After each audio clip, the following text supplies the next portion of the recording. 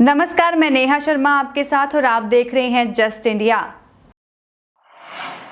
खबरों के प्रायोजक हैं रंज care showroom in Rohtak and Bahadurgarh. Showroom पर आएं, टेस्ट ड्राइव लें और गाड़ी बुक कराएं। Oscar super speciality hospital and trauma centre.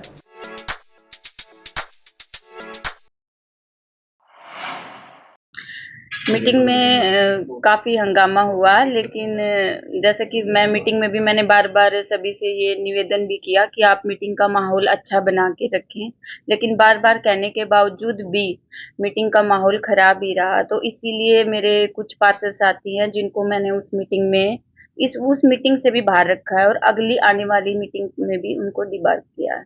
कितने पार्षद हैं?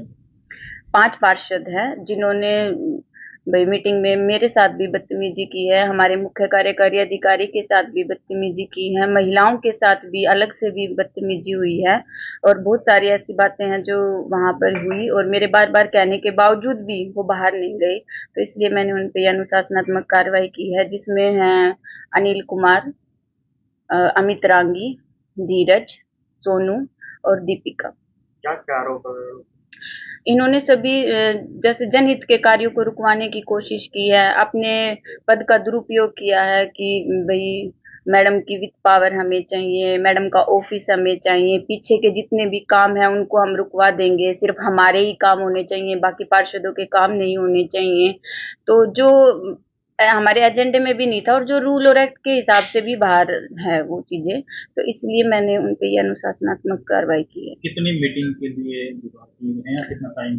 उनको मैंने अगली एक मीटिंग के लिए डिबार किया है और इस मीटिंग से अपसेंट किया है। अगर आगे भी कोई स्ट्रिक्ट कार्रवाई करता है तो ऐसे ही कार्रवाई? हाँ जी, बिल्कुल ऐसे ही होगा, क्योंकि रूल तो रूल ही होता है और अगर हम मीटिंग को इस तरीके से हम रखेंगे तो पब्लिक पे उसका क्या तो प्रभाव पड़ेगा, क्योंकि जब जनता ने हमें यहाँ अपने विश्वास पे लाके इधर बैठाया है तो जाहिर सी बात है कि ऐसे व्यवहार के लिए तो बैठाया नहीं है कि आप लोग यहाँ के बच्चों की तरह लड़ोगे या भाई आपस में ही बदतमीजी करोगे। तो इसमें एक पब्लिक में भी प्रभाव गलत जाता ही है कि भाई जिन लोगों पे हम इतना भरोसा करके जिनको हमने यहाँ तक भेजा है और वो खुद हमारे कामों को रुकवाने की लड़ाई लड़ रहे हैं, तो इसलिए मैं अगर ऐसा कुछ होगा तो आगे भी मैं यही कार्रवाई लूंगी एक अध्यक्ष होने के नाते कि पब्लिक का काम किसी भी कीमत पे रुकना नहीं चाहिए। वो तो पावर कह रहे थे मैडम कि हमारा बहुमत है, हमारे को पावर दिया जाए बजट के लिए, पावर को हाउस में। नहीं, वो बहुमत कामों को करवाने के लिए बहुमत तो हो सकता है, लेकिन रुकवाने के लिए कोई बहुमत नहीं होता है।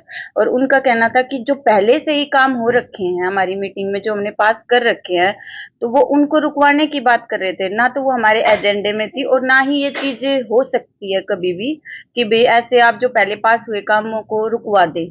नहीं, जैसे पार्टी का तो देखो, हम जितने भी आए हैं तो जब तो हम किसी पार्टी से नहीं थे, सभी निर्दलीय थे और जनता ने अपने विश्वास पे बनाया है हमें। उसके बाद अगर कोई किसी पार्टी में ज्यादा किसी भी पार्टी से प्रभावित होता है तो वो उसका एक निजी मामला है उसमें कि भाई वो किस तरीके, लेकिन मैं जब से यहाँ बनी हूँ मैंने तब से ना तो ये देखा है कि कौन बीजेपी से है, ना ये देखा है कौन कांग्रेस से है। मैंने हर पार्षद को काम दिया है, जिसमें कि हमारी जब हाउस की मीटिंग हुई तो ये चीजें मैंने क्लियर भी की थी। वहां पे बैठे जो 1-2 पार्षद थे जो कह रहे थे कि भाई जो भी खिलाफ थे इन कामों को रुकवाने के लिए, तब भी मैंने उनसे पूछा था कि पूरे 1 साल में मैंने कम से कम 6-7 पार्षद तो हमारे ऐसे हैं जिनको मैंने 1 CR का काम हर वार्ड में दिया है।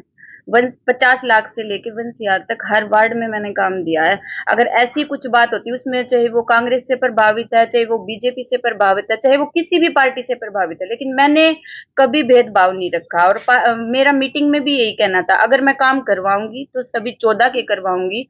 ऐसा तो मेरी एक खुद की भी सोच नहीं है, होगा तो सभी का होगा फिर।